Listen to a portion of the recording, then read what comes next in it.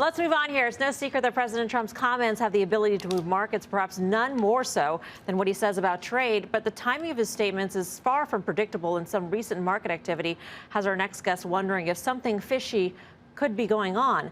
Vanity Fair's William Cohan just published a new bombshell article titled "The Fantastically Profitable Mystery of the Trump Chaos Trades." In it, he highlights 3 blockbuster trades that he says should ring alarm bells for regulators. Trade number 1.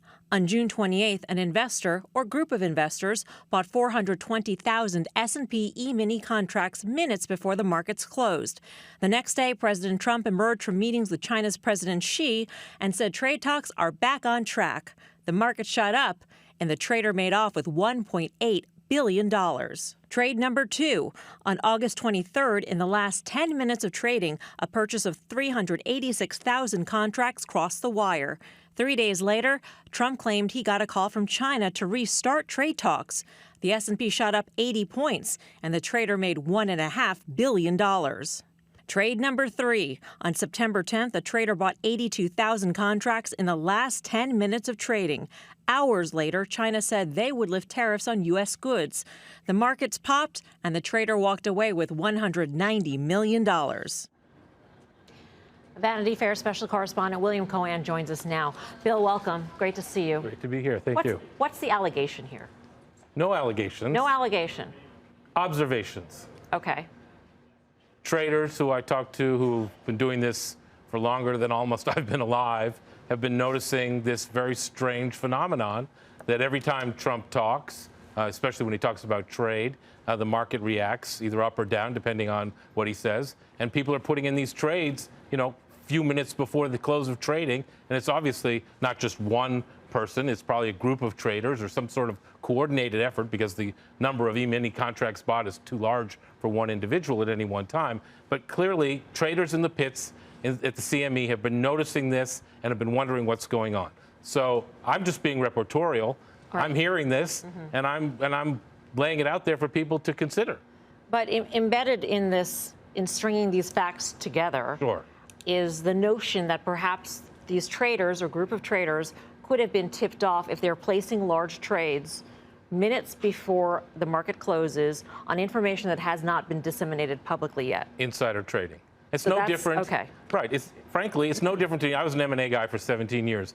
If I work on a merger and next thing you know, you see that the stock price is going up before there's an announcement, which basically happens all the time, and then the SEC investigates that. When Amazon buys Whole Foods, and next thing you see, Whole Foods' stock is shooting up, merger gets announced, SEC investigates that. I'm saying there are regulators here, the SEC, the CME, the exchange, and the CFTC, the futures regulator. They should be investigating these trades. Maybe there's nothing there, but it sure looks coincidental, fortunate, and a little sketchy to the people who are trading these future contracts every day. On the surface, it does look fishy. Sketchy. It looks suspicious. Yes. At the same time, I mean, it almost seems like you could cherry pick on any given day large trades in decent volumes. One of the trades, the June 28th trade, was actually 32% of the day's volume. So that was unusual volume. That's what got people's attention. But you could go on any other day, perhaps, and string together a number of other circumstances and say,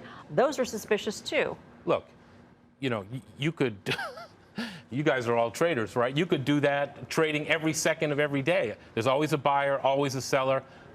I'm just being reportorial. People are telling me that they notice an inconsistency. People are making outsized money, making outsized bets with perfect timing, and then there's news related to it.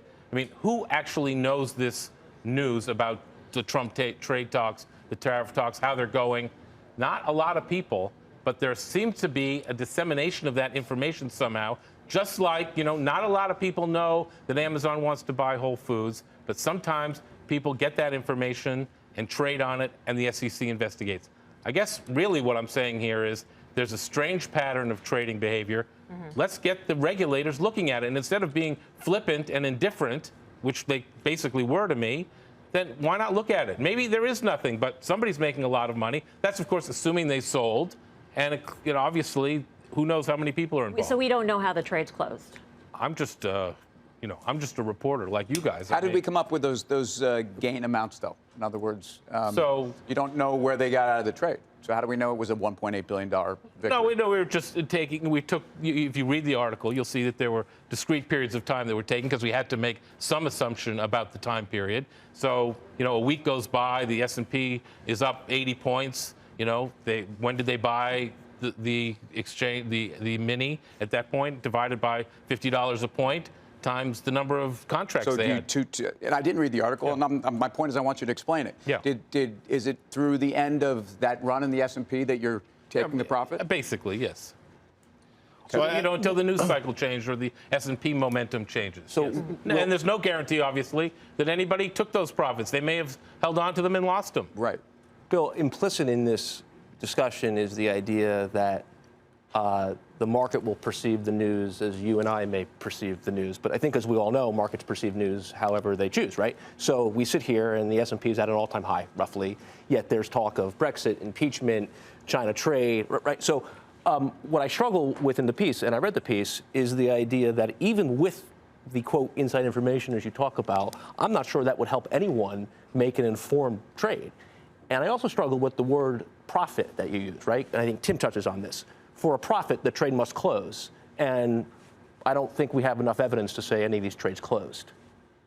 No, but hypothetically, if you're a trader, and if you make a trade and a few days later you're sitting on a $180 million profit, I don't know, I might take that. I may not, because I may have faith that it's going to go even higher, but I might take that and be okay with it. If I'm sitting on $1.5 billion gain, I might take that. So, look, every trade has two sides. Somebody who believes, for whatever reason, the S&P is going to go up. Somebody who's on the other side of it believes it's not going to go up. But you have to admit, in the Trump era, when we've been talking about these tariff negotiations, which seem to be on some sort of roller coaster on a never-ending basis, which no one has any idea of what really he's trying to accomplish. What we do know is that there's a heck of a lot of volatility around his pronouncements, whether they're going well or not going well. And if you go back to, Biarritz, okay?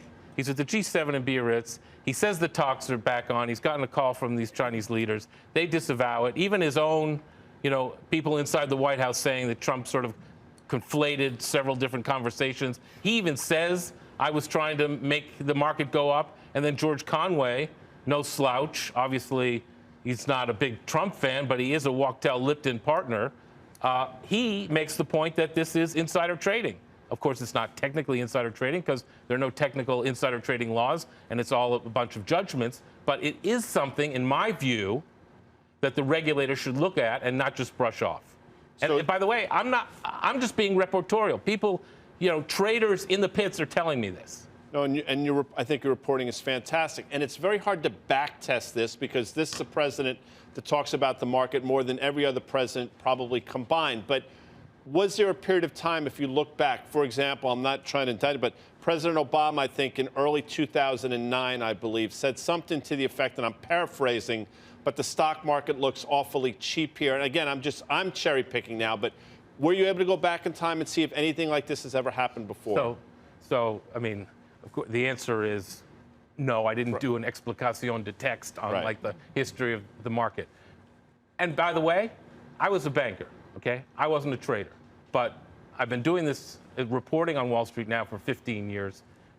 People call me up. They seem credible. I validate their credibility. They tell me what they're hearing and seeing as experts in those pits.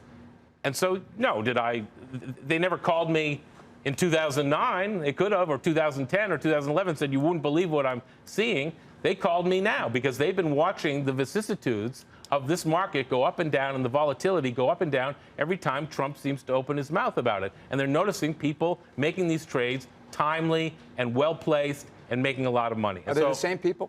I mean, how? No, Because traders on the floor have an idea who's putting an order in. No, I'm just trying to The understand. E-minis trade electronically. I mean, listen, Yeah. I don't know why there's such a pushback here. I mean, like, think about it. You're seeing a defined period of Well, it's fun to time, push back. and you're seeing pops. Yeah. That June 28th was quarter end, and that's where I would push back, Bill. But I just think the clean up reporting around is the quarter. quarter end. You might have seen a massive rebalancing of a big portfolio. You see all the time on massive trading desks. You'll see delta hedging go on in the last 15 minutes of the trading day, which may be balancing off another portfolio. That being said, these are large targeted trades. Okay, they went both ways. It weren't always just long, right? There were some short ones. And so when you start to think about the grift that is being charged about this administration, you say to yourself, okay, maybe there's something to this, and regulators should be looking at this because it seems pretty well timed. I mean, look, the SEC has a lot of work to do. As someone that trades, I don't want anybody cheating in this market. Right. So I think everybody feels that.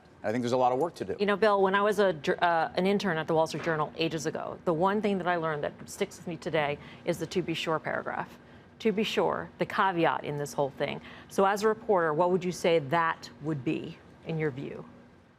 You mean you mean? Well, look. I mean, all I'm saying, I'm making is there observations. one thing where you would say, right, but you would say, you know what? Here's where this story could fall short. Look, the story could fall short when the regulators investigate it, when the SEC or the CFTC actually spends the time seeing who made these trades, actually has conversations with the people who did it, and they say, oh, no, I didn't even, I was on vacation. I was traveling through Arizona. I had no idea that Trump was in China. I mean, whatever they happen to say. Right. Just like if Amazon is buying Whole Foods and Whole Foods shoots up and somebody buys 1 million shares, the SEC is going to call them up and say, hey, what's going? And I want to know. I want to look at your trading records. I want to see what your broker says. I want all that. They can do that. I can't do that.